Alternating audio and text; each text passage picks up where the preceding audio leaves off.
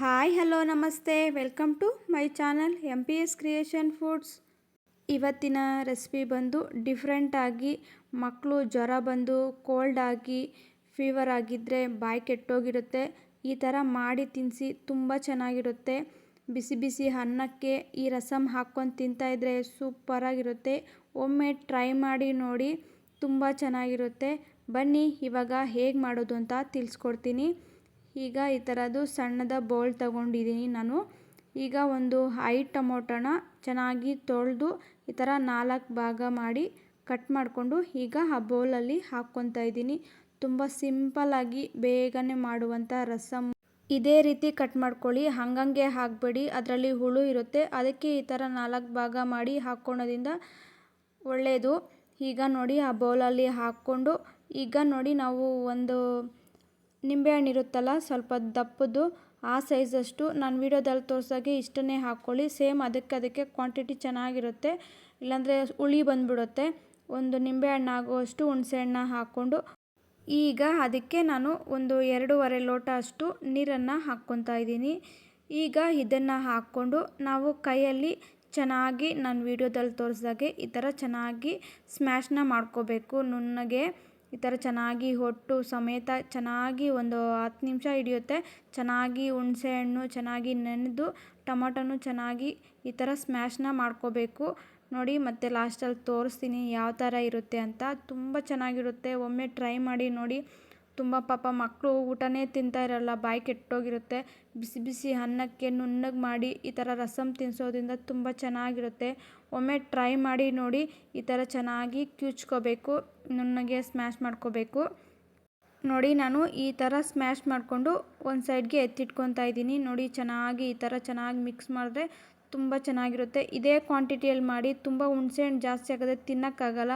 ಅದು non veg ಮಾಡಿದಾಗ ತಿಂದಿದ್ರೆ ಅದೊಂಥರ ಚೆನ್ನಾಗಿರುತ್ತೆ ಹುಳಿ ಹುಳಿಯಾಗಿ. ಇದು ಮಕ್ಕಳಿಗೆ ತುಂಬ ಚೆನ್ನಾಗಿರುತ್ತೆ, ಸ್ವೀಟಾಗಿ ಹುಳಿ ಹುಳಿಯಾಗಿ.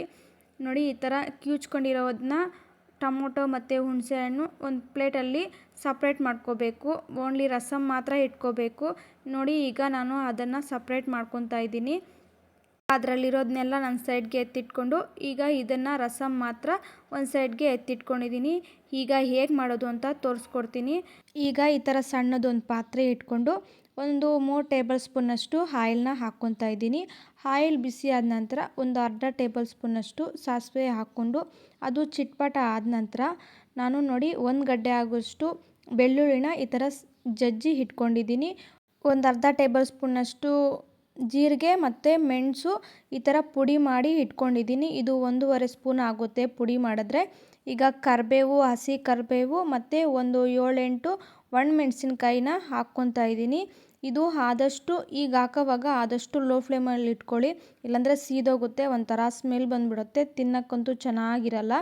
ಈ ಥರ ಚೆನ್ನಾಗಿ ಮಿಕ್ಸ್ ಮಾಡ್ಕೊಳ್ಳಿ, ತುಂಬ ಚೆನ್ನಾಗಿರುತ್ತೆ. ಒಮ್ಮೆ ಟ್ರೈ ಮಾಡಿ ನೋಡಿ. ಬಿಸಿ ಬಿಸಿ ಅನ್ನಕ್ಕೆ ಈ ರಸಮ್ ಹಾಕ್ಕೊಂಡು ತಿಂತಾಯಿದ್ರೆ ಸೂಪರಾಗಿರುತ್ತೆ.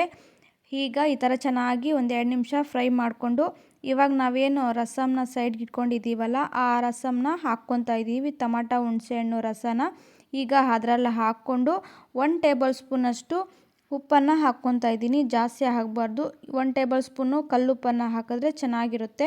ಈಗ ಒಂದು ಹಿಡಿಯಷ್ಟು ಕೊತ್ತಂಬರಿನ, ನಾಟಿ ಕೊತ್ತಂಬರಿನ ಅದರಲ್ಲೇ ಹಾಕ್ಕೊಂಡು ಒಂದು 2 ನಿಮಿಷ ಚೆನ್ನಾಗಿ ಮಿಕ್ಸ್ ಮಾಡಿಬಿಟ್ಟು ಒಂದು 3 ನಿಮಿಷ 5 ನಿಮಿಷ ಚೆನ್ನಾಗಿ ಕುದಿಬೇಕು. 3 ನಿಮಿಷ 5 ನಿಮಿಷ ಸಾಕು. ಜಾಸ್ತಿನೂ ಕುದಿಸ್ರೆ ಸ್ಮೆಲ್ ಬಂದುಬಿಡುತ್ತೆ ಸೀದೋಗಂಗೆ. ತುಂಬಾ ಜಾಸ್ತಿನೂ ಕುದಿಬಾರ್ದು ಈ ರಸಮ್ ಅನ್ನೋದು. ಈ ರಸಮ್ ಅನ್ನೋದು 1-2 ದಿನ 3 ದಿನ ಸ್ಟೋರ್ ಮಾಡ್ಕೊಂಡ್ರೂ ಕೆಡೋದಿಲ್ಲ, ಅಷ್ಟು ಚೆನ್ನಾಗಿರುತ್ತೆ, ತುಂಬ ಚೆನ್ನಾಗಿರುತ್ತೆ. ಒಮ್ಮೆ ಟ್ರೈ ಮಾಡಿ ನೋಡಿ. ಬಿಸಿ ಬಿಸಿ ಅನ್ನಕ್ಕೆ ನುಣ್ಣಗೆ ಮಾಡಿ ತಿನ್ನಿಸಿ ಮಕ್ಕಳಿಗೆ, ಸೂಪರಾಗಿರುತ್ತೆ. ಕೋಲ್ಡು ಅಂತೂ ಮಾಯ ಆಗೋಗುತ್ತೆ, ಅಷ್ಟು ಚೆನ್ನಾಗಿರುತ್ತೆ. ಬಾಯಂತೂ ಇನ್ನೂ ತಿನ್ನಬೇಕು ಅನಿಸುತ್ತೆ. ಟ್ರೈ ಮಾಡಿ ನೋಡಿ. ನೋಡಿದ್ರಲ್ಲ ರಸಮ್ ಯಾವ ರೀತಿ ಮಾಡೋದು ಅಂತ ತೋರಿಸ್ಕೊಟ್ಟಿದ್ದೀನಿ.